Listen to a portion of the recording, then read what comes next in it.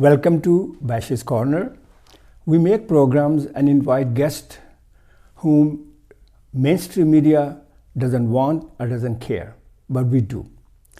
Denmark is one of the very few countries in the Western world where nationalism is on the rise. After 50 years, we are still discussing who is a Dane, who can be a Dane, and who can call himself or herself a Dane. Now, recently, anti-minority Danish People Party once again pushed this agenda of Danishness to the fore by asking other parties to make a distinction between who is a Dane and who is not a Dane in those areas where socially deprived people live. This created a huge debate, not only among the Danish people, but among ethnic and religious minorities. Both the decision in the parliament and the subsequent discussion in the media, in my opinion, are very heated and very wrong. My guest today took a drastic step by making a video with few kids and asked them if they felt Danish. The response from the kids touched a storm. This touching 3 minutes video was seen over almost 1.5 million people in one day, while thousands commented in that, including myself. So welcome to my studio, Alex. Thank you very much. It's a pleasure having you here. Thank you. And Pleasure being here. I'm happy.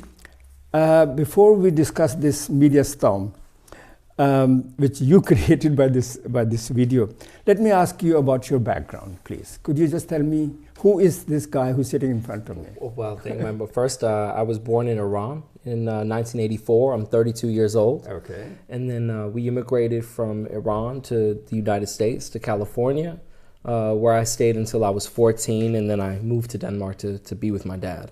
Oh, your dad lives here? My dad lives in Denmark. Okay. Have you always worked with the media, or it's just you started now? I started actually in the music business many years ago, and then I made the jump from artist to record company owner and manager, and then from there I went into media, social media, marketing, and then advertising. It's a big change. Not really. Okay. I mean, for me, it was actually quite natural. Yeah. Just because when you work with music and when you work with management, you're generally working with creating a brand, and I just realized that I was very strong at making noise, and so I made the jump. Apropos making noise, you are COE of Gorilla Media. Yeah. Is it a Copenhagen-based company, or is it international, or you're part of an international? It's a Copenhagen-based startup advertising bureau, yeah. Okay. Pardon me if I ask you, the word gorilla, it signifies power. Why did you use this word? And I can see also the logo, very powerful. Well, actually, it's a play on the terminology guerrilla, as in like guerrilla media or guerrilla marketing. Okay. So it's actually a play on that. It's also, I'm fascinated by gorillas. It's one of the animals that I think I'm most fascinated from. Okay. There is a very well-documented case of a gorilla by the name of Coco, who can speak to people through sign language. Okay. And very few people know about Coco the gorilla, and it was just that there is a gorilla out there that exists that can sign language and with human beings, and so I think it was a fun play on the words, and it's a beautiful animal. So yeah. I like your logo. It's powerful. I mean, it's also a powerful animal. Exactly. It's also an animal that demands respect. It's also an animal that has so much to offer, and and we needed a logo. So and also very close relation to us human beings. Yeah, exactly. Okay, you are a marketing and advertising bureau that you have. Yeah. What do you mostly focus on? What is your focus in your work? I think in general, my focus has always been on amplification of offline media. So I'm very good at understanding social media, probably one of the best at understanding how things work online and how to touch different audiences in different ways. So I think generally people use me and have always used me in order to communicate a message to the masses in a way that would have an impact. When you say masses, are you the little man's representative somehow? I can do both. So, I mean, I've worked with multinational corporations. I won't mention any of them here, but some of the absolute world's biggest companies have worked with me. And then, of course, grassroots organizations. I don't discriminate based on the size of the company. So, from my end, I never cared if it was a one-man company, grassroots NGO that just really wanted to make a difference, or if it was a billion-dollar company represented in every place in the world. It's the work that gets me going. So I'm in a position where financially I'm very safe. So I don't choose what I do based on how much money I make from that particular project. Okay, it's very nice to hear that financially you're safe. Thank you.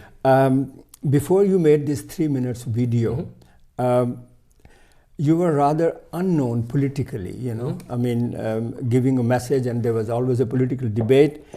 What made you stick your neck on the line? And the funny thing is I'm quite possibly one of the most unpolitically active people that I know.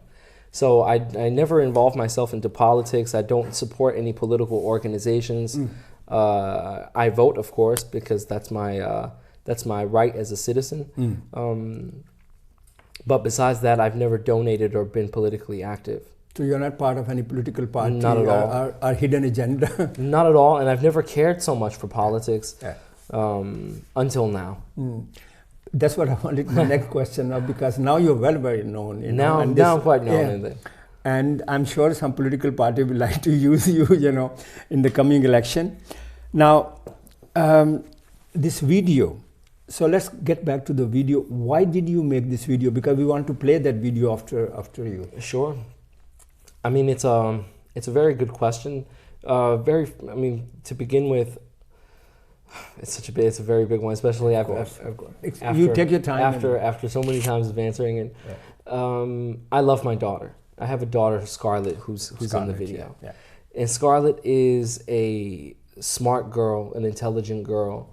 She's 7 years old now, and the very first time that she approached me and asked me whether or not where she came from, that was when she was 4. And I always found that to be such an interesting question, because when I was growing up in the U.S., not a single time in my upbringing, in my childhood, had I ever asked my mom, "Am I American?"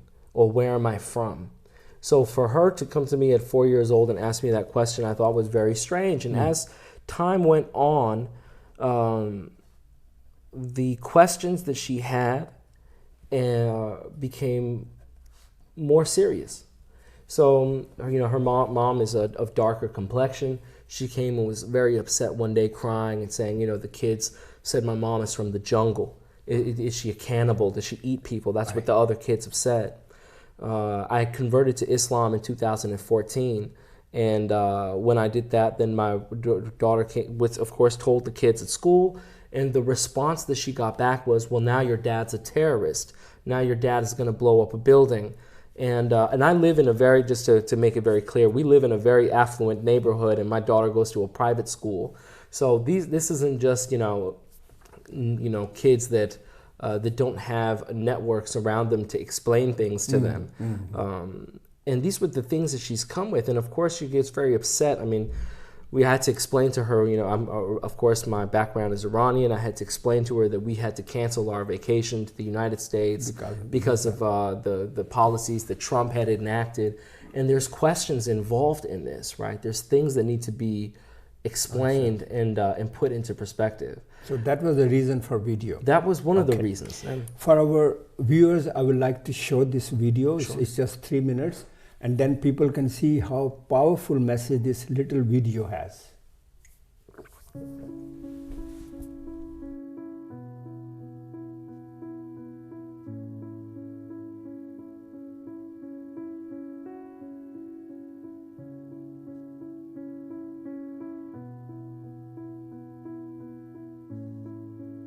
Jeg hedder Abde, og jeg er 11 år. Jeg hedder Sarah, og jeg er 9 år. Jeg hedder Radin, og jeg er 9 år. Jeg hedder Scarlett, og jeg er 7 år. kommer du fra? Danmark. Jeg kommer fra Danmark. Danmark. Danmark. Er du sikker? Ja. Hvorfor? Fordi jeg er født i Danmark. Fordi jeg er blevet født i Danmark, og jeg er vokset op her. Fordi jeg blev født i Danmark. Jeg blev opvokset derhen, og jeg kan godt lide Danmark. Og det er sjovt at være derhen. Nej, du er ikke dansk. Hvorfor ikke?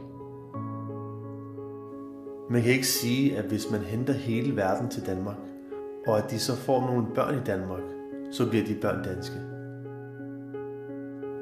Hvorfor ikke?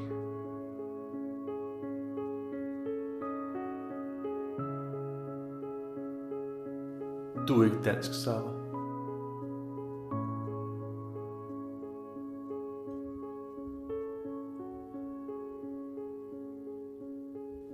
Du er ikke dansk. Jo. Nej, du er ikke dansk, Abde. Erik. Du er ikke dansk.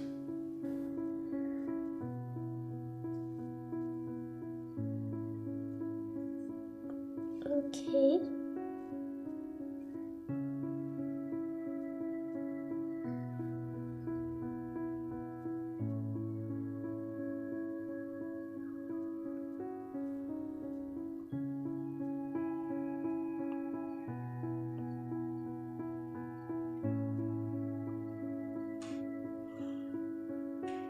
Jeg føler mig dansk, Hvorfor?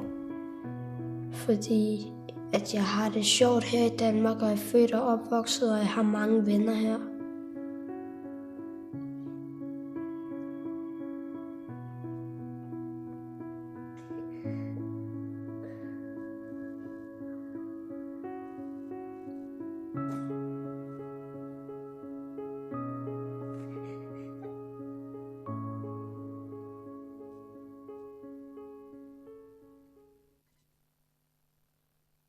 In the media, you say or you claim that the Danish politicians lack the courage Hvordan har I det med moskéer?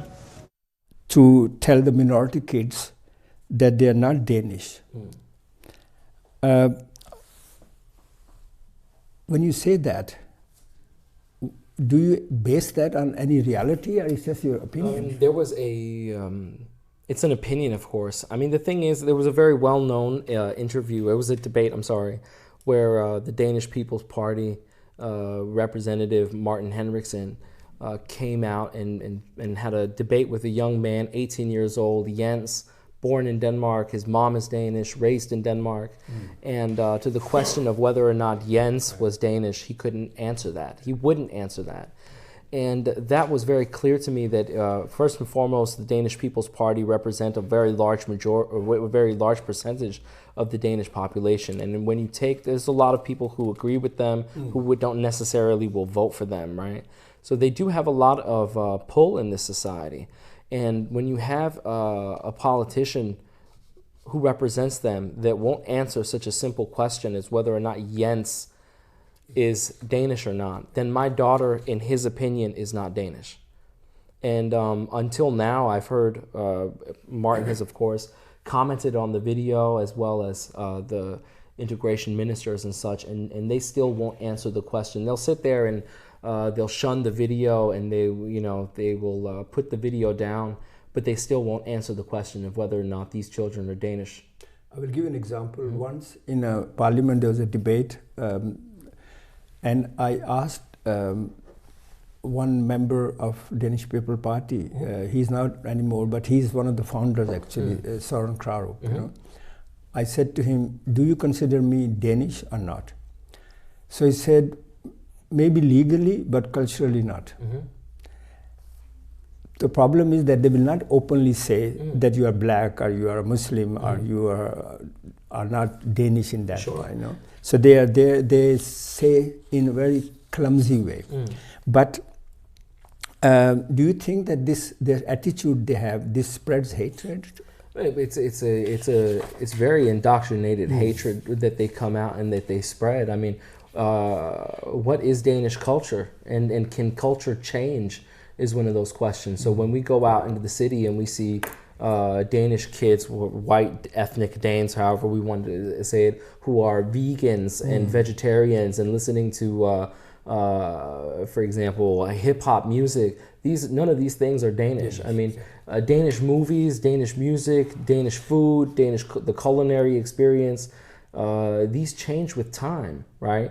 I mean, let's look at Denmark in the 70s. How did people work and function? What was being shown on TV? The reality is that through technology, through the fact that people can, I mean, for example, in the 70s, to be able to fly around the world was a very expensive thing to do. Yeah. And in today's standards, it's extremely cheap. The internet has connected us all. There's new ideas. And I think that the Danish People's Party and parties similar to them have basically lost touch with the majority of the youth, actually.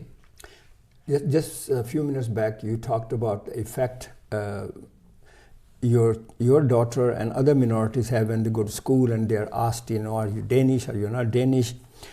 And this bigotry we find in the society, both political and discussion, do you think that the effect of this discussion will be everlasting on children, or they will go out of that? I mean, it's a huge issue, right? Because the next generation is going to be raised with this understanding that there's us and them. Yeah. And that's presented because of the politicians that are in power. And instead of focusing on issues that really matter, we're focusing on these things that divide people. Instead of our politicians bringing people together, they push them further apart. Mm-hmm. And they spread fear, they spread animosity, and really it's completely unnecessary.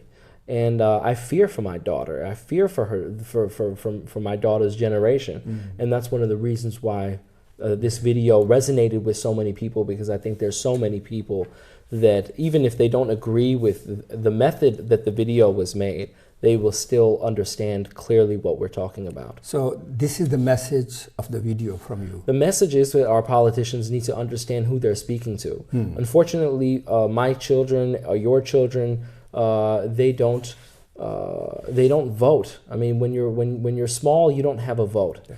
And you can't economically,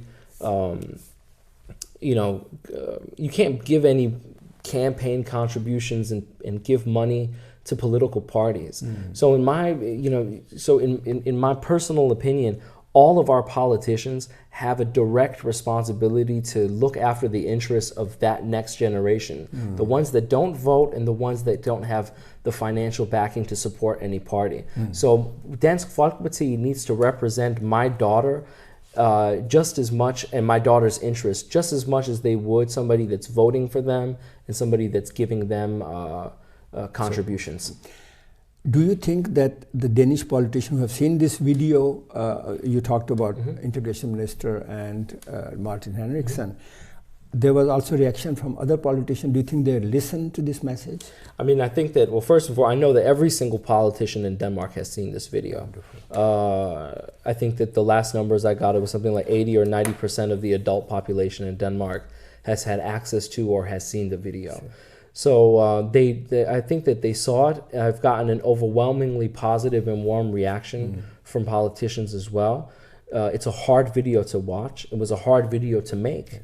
And I think that, again, the message is very clear that we have an issue here, right? When you ask a 4-year-old, 5-year-old, 7-year-old child where they come from and they say Denmark, and then you reach out to that same child when they're 14, 15, and then the answer is Somalia, Sri Lanka, Morocco, Palestine. And what happened in the middle? What happened between 4 and 14 that we lost an entire generation where they don't feel ownership of their community. They don't feel ownership of the society that they live in. And this is something that I would, I think that the politicians should have on the absolute forefront of their And you funded agenda. The video from your own pocket? Yes. And you had a team to help you to make the video. Yeah, Guerrilla Media. We're a team of people. So I head up a creative group.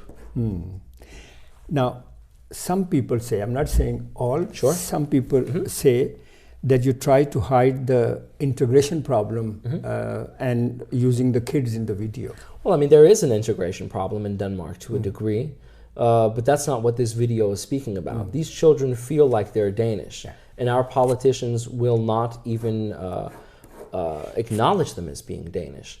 So, I mean, I've gotten a lot of praise over the video, and I've gotten a lot of people who are upset about the video. But again, I mean, that message at the very end of the video is directed towards our politicians. Remember who it is that you're speaking about, right? I mean, as a media person, can you understand if some people are upset about it? Some people? To be honest, no. If I have to be completely honest, no. I think that the angle of you use children to portray a political message is basically right wing. It's an agenda pushed by the right wing. All of them know that they're in the wrong. The only real response that they can come up with is that it wasn't good journalistic ethics in order to use children. But I mean, when we see non-profit organizations, of course, show children starving on a daily basis in order to fundraise for their money. When we have comedians, Jimmy Kimmel, other comics on television who show children crying when they lie to them and say there's no Christmas this year, we ate all your candy this year, and the children feel betrayed and they start crying. But that's funny because we're feeding the children a lie, right? In this case, I'm telling kids the truth, and I'm doing it in a manner that, of course, it's at the end of the day, I am a commercial. I do create commercials. I do know how to put a scene together. So we did it in a way that touched people. And we did it in a way to cause debate. I mean, this was by design. But you succeeded in both. Thank you very much. How did you choose the kids? I mean, one is your daughter. The little girl, Scarlett, the little girl at the end is my daughter. And the other one, the other kids, Abdi and Sarah and Radil are all friends and all Scarlett's friends. And their parents? I know all these children ever since they were small. So they were all, of course, very comfortable with us, and in the studio, their parents had given full consent. Some of the parents were actually on location together with us, and In the beginning, you talked about these children, especially your daughter, that she experienced discrimination in school where she goes, In your opinion, I mean, you have lived in America, in your opinion, what can schools do so that colored children or children who doesn't look Danish don't experience this kind of hatred? I mean, again, my daughter goes to a private school in an affluent area and has this thrown in her face. Maybe not on a daily basis, but she deals with it. So if you come from an area where it's maybe not a very nice area and you're in a public school, then what are you going to experience?